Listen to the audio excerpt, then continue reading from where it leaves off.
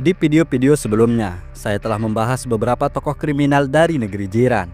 Tapi rasanya belum lengkap kalau saya belum mengangkat satu nama yang begitu mengguncang Malaysia di era 90-an. Ia bukan sekedar kriminal biasa, melainkan sosok penuh misteri yang mengaburkan batas antara dunia hiburan, supranatural, dan pembunuhan. Mona Fendi, seorang perempuan yang terkenal murah senyum dan sangat ramah. Wajahnya pernah menghiasi halaman depan surat kabar dan kisahnya terpatri dalam sejarah gelap negara itu. Dahulu ia sempat bersinar di panggung musik pop Malaysia, namun karirnya tak bertahan lama. Lalu kemudian banting setir menjadi seorang praktisi ilmu hitam, menawarkan jasa pesugihan, susuk kecantikan, hingga jimat penangkal dengan bayaran yang sangat fantastis. Hal yang membuat kekayaannya meningkat secara drastis.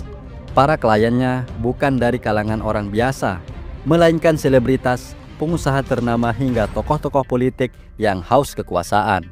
Namun di balik senyum dan keramahannya, tersimpan sisi gelap yang menakutkan. Lalu, bagaimana bisa seorang mantan pegiat seni banting setir menjadi seorang dukun mematikan yang dipercaya oleh orang-orang penting? Apa yang sebenarnya terjadi dalam ritual yang mengubah nasib seseorang menjadi tragedi berdarah? Maka dari itu, jangan skip video ini karena saya akan membawa kalian menyusuri jejak kelam Mona Fendi dari dunia hiburan, dunia mistis, hingga ruang sidang yang mengantarkannya ke tali gantungan.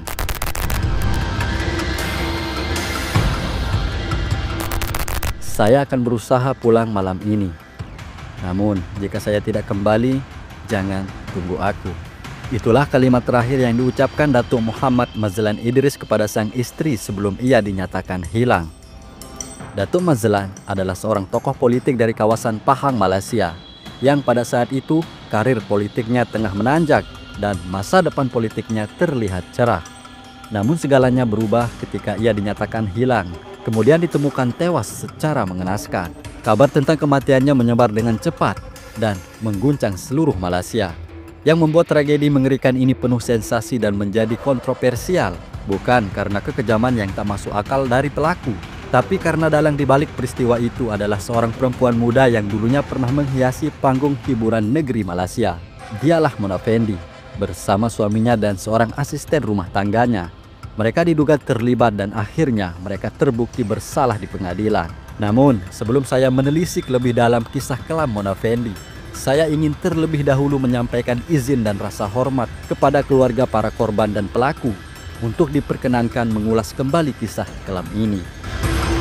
Video ini dibuat bukan untuk mengungkit luka lama yang telah terkubur, melainkan untuk mengungkap kebenaran, memberikan edukasi, dan membuka mata kita semua bahwa praktik perdukunan, ilmu hitam, dan apapun itu yang berbau supranatural masih bisa merenggut nyawa bahkan di zaman modern ini. Kasus ini bukan yang pertama. Sudah banyak korban jatuh karena kebodohan, keserakahan, atau percaya buta pada dukun.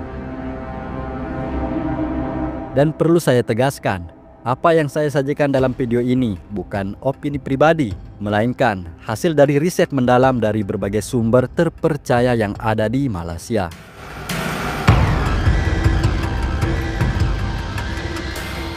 Mona Fendi atau dengan nama lahir Maznah Ismail, lahir pada 1 Januari 1956 di Kangar, Perlis, Negeri Perak, Malaysia.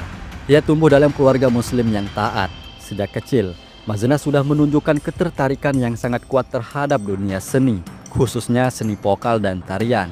Ia sangat memimpikan menjadi bintang pop terkenal di tanah airnya. Namun sayang, mimpi itu tidak pernah benar-benar terwujud seperti yang ia bayangkan. Pada usia muda, saat menginjak usia 20 tahunan, Maznah mulai tampil dari panggung ke panggung, menghibur penonton dengan suara dan gerakan. Dan pada akhir tahun 70-an, ia terlibat dalam sebuah proyek musik bersama seorang pria bernama Muhammad Nur Effendi Abdul Rahman, seorang teknisi suara yang kelak akan menjadi suami ketiganya. Sedikit informasi, sebelum bertemu Effendi, Maznah diketahui pernah menikah 2 kali, dan bukan dengan seorang pria biasa. Kedua mantan suaminya adalah anggota kepolisian. Berbeda dengan sebelumnya, Effendi datang sebagai pengagum berat. Ia mengaku mengidolakan Maznah dan ia berjanji akan membantu mewujudkan mimpinya menjadi bintang besar di negeri itu. Tak butuh waktu lama hingga keduanya menikah. Dan dari sinilah lahir nama baru yang akan mengubah hidupnya selamanya, Mona Fendi. Sebuah nama panggung yang menurut Effendi sangat cocok untuk perempuan yang dia anggap terlalu cantik untuk dilupakan. Debut Mona dimulai dengan sebuah album berjudul Diena dan lagu yang sangat terkenal bertajuk Ku Nyanyikan Lagu Ini. Lagu ini sukses besar, masyarakat menyambut karyanya dengan baik, stasiun-stasiun televisi mulai meliriknya, dan Mona pun menjadi bintang tamu eksklusif dalam berbagai program hiburan. Namun, seperti banyak bintang di dunia hiburan, masa kejayaan itu tidak pernah berlangsung lama. Jika tidak bisa survive di masa emasnya, maka secara perlahan mereka akan tergerus dan tergantikan oleh bintang pendatang baru. Popularitas Mona pun perlahan meredup, tergantikan oleh artis-artis muda yang datang dengan gaya dan suara yang lebih segar. Ketika sorotan lampu panggung mulai padam dan suara tepuk tangan tak lagi terdengar, Mona memilih jalan yang berbeda. Ia banting setir, meninggalkan dunia hiburan dan terjun ke dunia yang jauh lebih gelap. Ia kemudian menjelma menjadi seorang ahli supranatural, atau di Malaysia, ia dikenal sebagai seorang bomoh. Dukun eksklusif yang menawarkan kekayaan instan, susu kecantikan, dan jimat pelindung dengan tarif yang sangat tinggi. Berpindah dari dunia panggung ke dunia perdukunan tentu bukan langkah biasa. Ini adalah perubahan haluan yang sangat ekstrim, bahkan bisa dibilang menyimpang dari profesi lamanya. Namun keputusan Mona Fendi dan suaminya Effendi bukanlah sesuatu yang muncul secara tiba-tiba. Mereka melihat realitas sosial di sekeliling mereka. Masyarakat Malaysia di era 90-an yang sangat lekat dengan kepercayaan terhadap praktik mistik dan ilmu hitam. Dalam budaya yang masih percaya pada kekuatan jimat, pesugihan dan susu kecantikan, Mona seakan melihat peluang emas. Awalnya mereka membuka jasa pengobatan alternatif, namun seiring berjalannya waktu, praktek mereka berevolusi menjadi sesuatu yang jauh lebih kelam. Mona Fendi menjadi pengecualian di dunia perdukunan saat itu, sebab pada umumnya praktik-praktik perdukunan dilakukan oleh pria-pria parubaya yang berpenampilan sederhana dan misterius. Namun Mona Fendi hadir dengan berbeda. Ia adalah seorang wanita muda, cantik dan berkarisma, ditambah dengan bekas popularitasnya di dunia hiburan.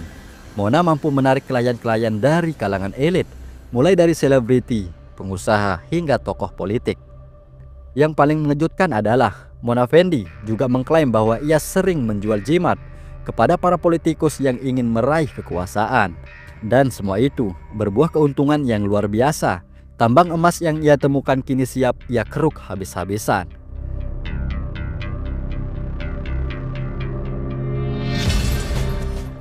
Dari semua testimoni praktik perdukunannya, banyak orang yang sudah mendatangi Mona mengaku puas hati atas jasanya. Hingga pada tahun 1993 dimulailah tragedi paling kelam dalam sejarah kriminal Malaysia. Datuk Muhammad Mazlan Idris, anggota Dewan Negeri Pahang, datang menemui Mona Fendi beserta suaminya. Tujuannya jelas, Datuk Mazlan tengah bersiap menghadapi pilihan raya atau pemilu. Ia ingin naik tahta menjadi menteri besar, mengincar kepala pemerintahan di negara itu. Untuk meraih tujuannya, Datuk Mazlan Idris datang meminta bantuan gaib, dan Mona Fendi dengan kepercayaan dirinya menyanggupi permintaan itu. Namun, ada satu syarat yang terdengar tidak masuk akal. Mazlan harus membeli sebuah tongkat dan songkok yang diklaim milik mantan presiden pertama Indonesia, yaitu Insinyur Soekarno.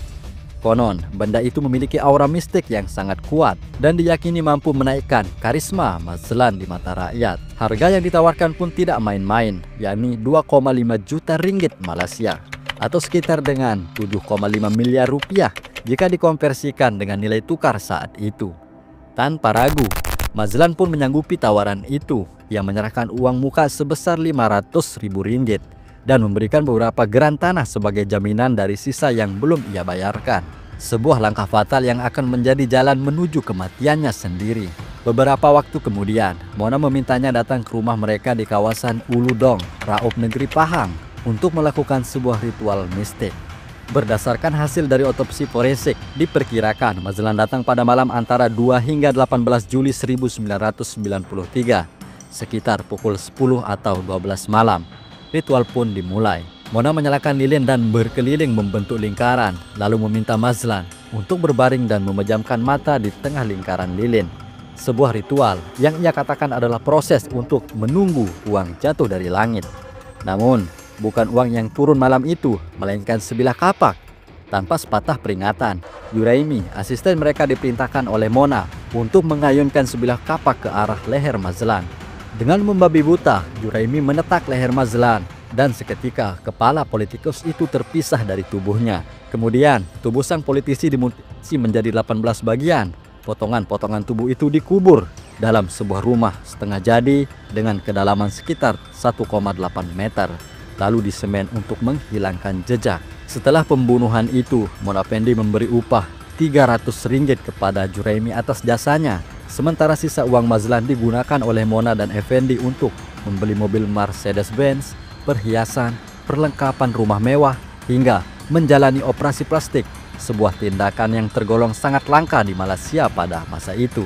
Apa yang mereka lakukan bukan hanya pengkhianatan terhadap manusia, tapi juga pengkhianatan terhadap nurani dan kemanusiaan.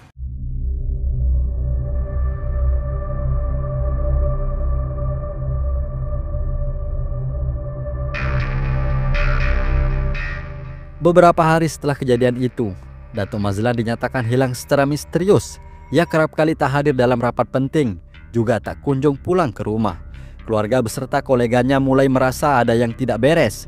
Kecurigaan pun mulai berubah menjadi kekhawatiran, hingga laporan orang hilang resmi diajukan ke pihak kepolisian. Dalam proses penyelidikan, polisi menemukan sebuah fakta mencurigakan. Sebelum dinyatakan hilang pada 2 Juli, Datuk Mazlan sempat menarik uang sebesar 300.000 ringgit dari beberapa bank terpisah di Kuala Lumpur. Namun setelah itu, jejaknya seakan lenyap. Tidak ada satupun saksi yang bisa memastikan siapa orang terakhir yang bertemu dengannya selain sang istri yang menjadi saksi saat ia berpamitan. Penyelidikan pun berjalan lambat, seakan kasus itu tidak menemui titik terang. Sampai pada tanggal 19 Juli, sebuah keajaiban datang dari arah yang tak disangka-sangka. Juraimi ditangkap oleh pihak kepolisian karena penyalahgunaan narkoba. Entah karena panik atau karena efek zat terlarang yang masih bekerja di tubuhnya, Juraimi tiba-tiba membuka rahasia besarnya. Dalam keadaan tak stabil, ia mengaku bahwa ia terlibat dalam pembunuhan Datuk Mazlan Idris. Pengakuan ini mengguncang semua pihak. Dalam interogasi lanjutan, Juraimi memberi petunjuk lokasi sebuah tempat yang akan mengubah arah penyelidikan sepenuhnya.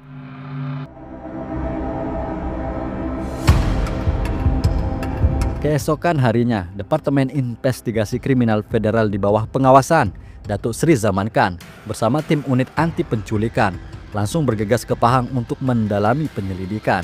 Tepat pada tanggal 23 Juli 1993, penyelidikan membawa mereka ke sebuah rumah di Wangsa Maju, tempat di mana Mona Effendi dan suaminya akhirnya diamankan. Pasangan ini kemudian dibawa ke kantor polisi Raub untuk diperiksa dan dipertemukan dengan asisten rumah tangga mereka.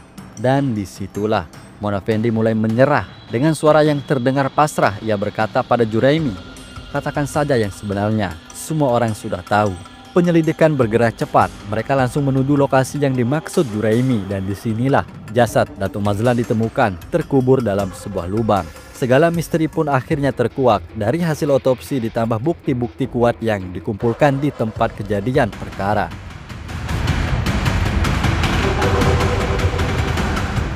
Setelah terungkapnya pembunuhan Datuk Mazlan Idris, penyelidikan polisi terus berkembang dan mengarah ke kasus-kasus lain yang jauh lebih mengerikan.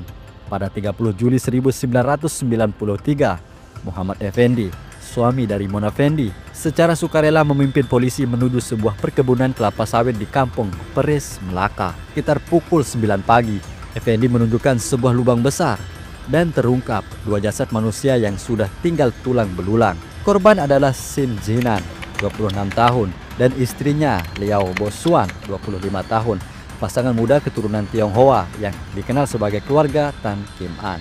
Dan yang lebih mengerikan, anak mereka yang baru berusia 5 bulan juga ikut dibunuh dan dikuburkan terpisah sekitar 2 km dari lokasi pertama. Diduga kuat, pembunuhan keluarga ini dilakukan sebagai bentuk tumbal dalam praktik ilmu sihir yang dijalankan oleh pasangan Mona dan Effendi.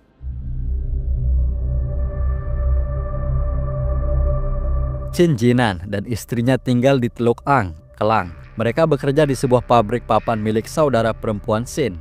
Pada suatu hari, mereka menerima pesanan papan dari Mona dan Effendi yang saat itu tinggal di Taman Sri Andalas. Saat Sen mengantar pesanan, Mona Effendi menunjukkan sebuah atraksi supranatural Entah trik atau benar-benar sihir, Sen dan istrinya langsung terpukau, bahkan sampai menganggap Mona sebagai makhluk suci. Sejak saat itu, hubungan mereka makin dekat. Pasangan bomoh ini bahkan sangat terkenal di Teluk Ang. Mereka sempat membuka kelas seni silat dan tari Melayu. Namun yang membuat warga mulai curiga dan resah, Mona sering mengajarkan silat sambil hanya mengenakan bikini. Perilaku aneh itu membuat warga menjauh dan tak lagi percaya pada kesaktiannya. Namun berbeda dengan Sen dan istrinya yang justru semakin fanatik. Hilangnya antusias masyarakat membuat pasangan bomoh ini pindah ke Pahang, dan Sen bersama istrinya ikut karena ingin memperdalam ilmu supranatural. Dan sejak saat itu, keluarga Sen tidak pernah lagi memberi kabar. Selain Mazlan Idris dan keluarga Tan Kim An, terungkap satu kasus lama yang lebih tragis. Pada tahun 1992, seorang wanita bernama Emma dilaporkan hilang oleh keluarganya setelah pamit untuk berbelanja di Kelang. Beberapa hari kemudian, ditemukan sebuah jasad perempuan tanpa kepala, tangan dan kaki. Kasus ini sempat membingungkan polisi karena tak ada petunjuk siapa pelakunya. Namun, Juraimi mengaku bahwa Emma juga adalah korban pasangan bomoh ini. Ia mengungkap bahwa bagian tubuh Emma dikubur secara terpisah. Kepala serta sisa tubuh lainnya ditemukan di sebuah pemakaman umum dekat Sungai Buloh. Organ-organ itu berhasil diidentifikasi sebagai milik Emma, dan pembunuhannya dipastikan dilakukan oleh Mona, Effendi, dan Juraimi. Penyelidikan juga mengarah pada 4 orang lainnya yang sebelumnya pernah dekat dengan pasangan bomoh ini. Sementara 1 orang berhasil muncul dan menyatakan bahwa dirinya selamat. Hingga kini, keberadaan 3 orang lainnya masih menjadi misteri. Apakah mereka masih hidup atau sudah menjadi tumbal ilmu hitam? Tak ada yang tahu pasti. Dari semua fakta dan pengakuan yang ada, kasus ini bisa dikategorikan sebagai pembunuh berantai. Namun, karena pembunuhan Dato' Mazlan Idris sudah cukup kuat untuk membawa mereka ke tiang gantung, pihak kepolisian akhirnya memilih fokus pada kasus itu saja.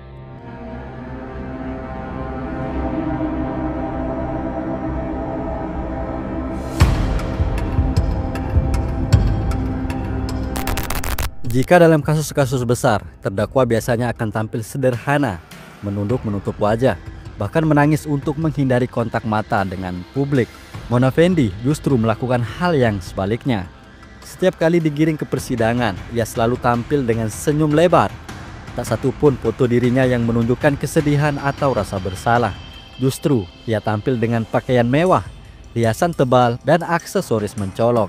Ia berjalan bak selebriti di atas panggung, seolah-olah bukan sedang menghadapi hukuman mati, melainkan menghadiri pemotretan majalah. Banyak yang menilai sikap Mona Effendi adalah tanda dari gangguan mental. Ia terobsesi dengan ketenaran, bahkan lewat cara yang paling kelam. Beberapa orang menyebut Mona tidak takut dihukum, justru merasa senang menjadi pusat perhatian media saat itu.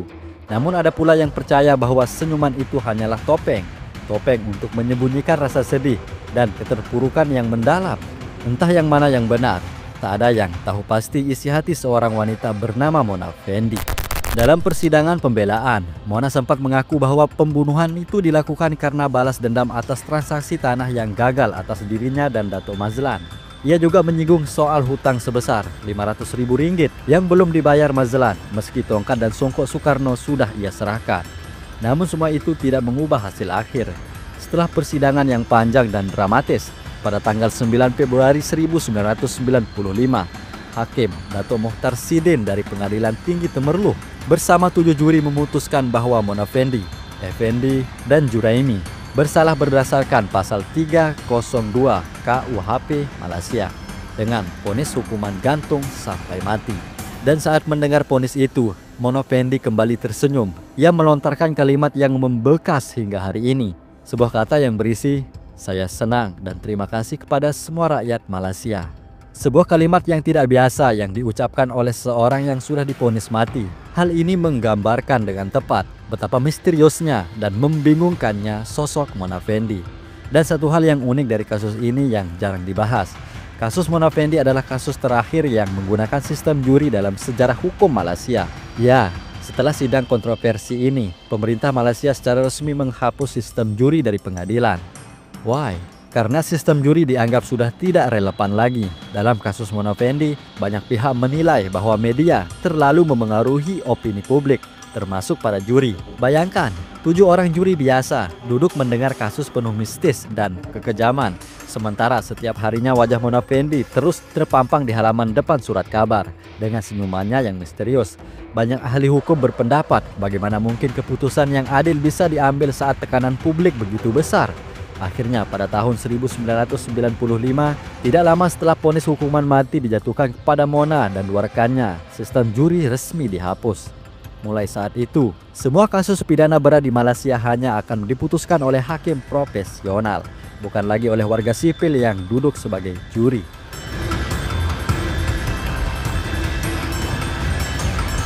Setelah resmi ditahan di penjara Kajang, beredar berbagai isu aneh seputar kesaktian gaib Mona Fendi.